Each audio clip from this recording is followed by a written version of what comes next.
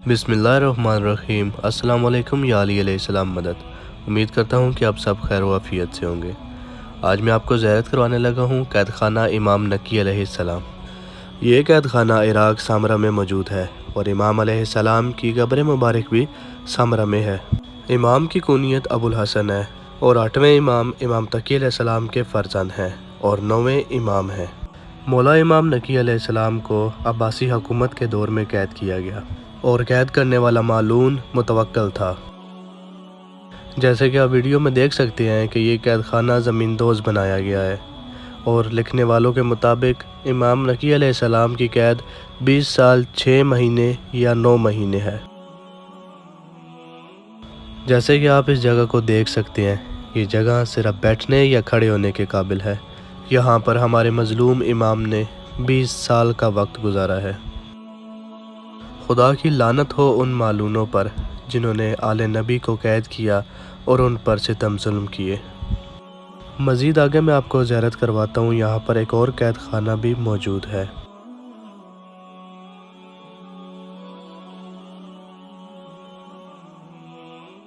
जो जगह मैं अभी आपको दिखाने जा रहा हूँ, इस जगह की मुझे कोई सही मालूमात नहीं मिल सकी। कुछ लोग कहते हैं कि ये खाना पहुंचाने की जगह थी कैद खाने में, और कुछ लोग कहते हैं कि ये भी कैद खाना था। लेकिन अगर इसको करीब से देखा जाए तो ये कैद खाना ही लगता है, क्योंकि इसके आसपास इसके अंदर जाने का कोई रास्ता नहीं है। जैसे कि मैं आपको इसको अंदर से दिखाता हूँ तो आप देख सकते हैं कि इसके आसपास कोई भी जगह नहीं है या कोई रास्ता नहीं है।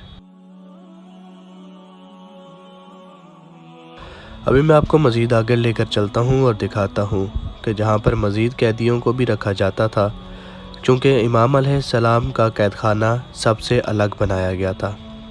तो ये जगह जो आपको सामने नज़र आ रही है, ये तालाब था। यहाँ से कैदियों के पीने का पानी और गुस्ल वगैरह के लिए इस्तेमाल किया जाता था। और इसके ऊपर वाली मंजिल पर घोड़ों का अस्तबल था। यहाँ से जैसे ही आप दाईं जानिब मुड़ेंगे तो आपको एक गार नुमा जगह नज़र आएगी, जो कि कैद खाने के अंदर जाने का रास्ता है, जो कि मज़ीद मैं आपको आगे जाकर करीब से दिखाता हूँ। चूँकि अब इसके अंदर जाने की इजाज़त नहीं है, इसलिए अंदर नहीं जा सकते। पहले जो भी ज़वार ज़ियारत करने के लिए आते थे तो वो इस कैद खाने के अंदर जाकर भी इसे देख सकते थे, लेकिन अब इस रास्ते को आगे से बंद कर दिया गया है। मुतवक्कल मालून जिसने इमाम नकी अलैहिस्सलाम को कैद किया हुआ था और तरह तरह के जुल्म करता था, उसको उसी के बेटे ने कत्ल कर दिया था। इमाम अलैहिस्सलाम ने उसके बेटे को बताया था कि अगर तुम अपने बाप का कत्ल करोगे तो तुम खुद भी ज़्यादा देर तक ज़िंदा नहीं रह सकोगे, क्योंकि जो बाप का कातिल होता है वो ज़्यादा देर तक ज़िंदा नहीं रहता।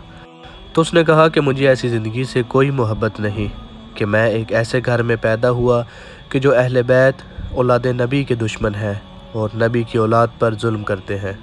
तो उसने अपने बाप मुतवक्कल को कत्ल कर दिया और अपने बाप को कत्ल करने के 6 महीने बाद वो खुद भी मर गया। तो इमाम अलैहिस्सलाम से किसी ने पूछा कि उसने अपने बाप का कत्ल किया, क्या उसने सही किया? तो इमाम अलैहिस्सलाम ने जवाब में फरमाया कि हाँ, उसने बिल्कुल सही किया, क्योंकि उसका बाप अहले बैत का दुश्मन था और अहले बैत पर जुल्म करने वाला था। और 3 रजब 254 हिजरी को माज़ बिल्लाह के हुक्म पर इमाम को जहर दिया गया। अला लानतुल्लाहि अलल कौमिज़ ज़ालिमीन। खुदा की लानत हो इस माज़ बिल्लाह पर। हाँ, मैं आपको कैद खाने से वापस बाहर की तरफ लेकर चलता हूँ और दिखाता हूँ जहाँ पर फ़ौजियों के रहने की जगह थी और जहाँ पर उसका महल था। इसी महल के अंदर इसने बहुत से जानवर भी पाल रखे थे, जिनमें से शेर भी थे। तो एक मरतबा उस मालून ने यूं किया कि अपने शेरों को काफ़ी दिन से भूखा रखा और उसके बाद दरबार सजाया, दरबारियों को बुलाया और इमाम अलैहिस्सलाम को शेरों के पिंजरे में डाल दिया। लेकिन वो जितने भी शेर थे इमाम अलैहिस्सलाम के कदमों में आकर बैठ गए और हमारे मौला के नलैन का बोसा लेने लगे, क्योंकि इमाम सिर्फ इंसानों के इमाम नहीं होते बल्कि कुल कायनात के इमाम होते हैं। इतने मोजिज़ात अपनी आंखों से देखने के बाद भी उनकी दुश्मनी अहले बैत से वैसी की वैसी रही। दरअसल में बताया जाता है कि इस जगह पे कुछ ख़तरा है, जिसकी वजह से मैं आपको मज़ीद आसपास की जगह नहीं दिखा सका। तो ये सामने जो आपको दीवार नज़र आ रही है, ये उसके फ़ौजियों के रहने की जगह थी और उसकी दाईं जानिब भी उसका महल था।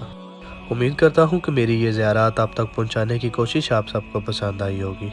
तो मज़ीद ऐसी ज़ियारत की वीडियोज़ देखने के लिए मेरे चैनल को सब्सक्राइब कर लें। دعا گو ہوں کہ اللہ پاک صدقہ محمد و آل محمد کا آپ سب کو یہ زیارات کرنے کی شرف اور توفیق عطا فرمائے۔ مولا حسین جلد از جلد آپ سب کو اپنے در پر بلائیں اور آپ سب کی تمام مشکلات کو ٹالیں، آپ کی ہر جائز حاجات کو پورا فرمائے۔ خدا حافظ۔ یا علی علیہ السلام مدد۔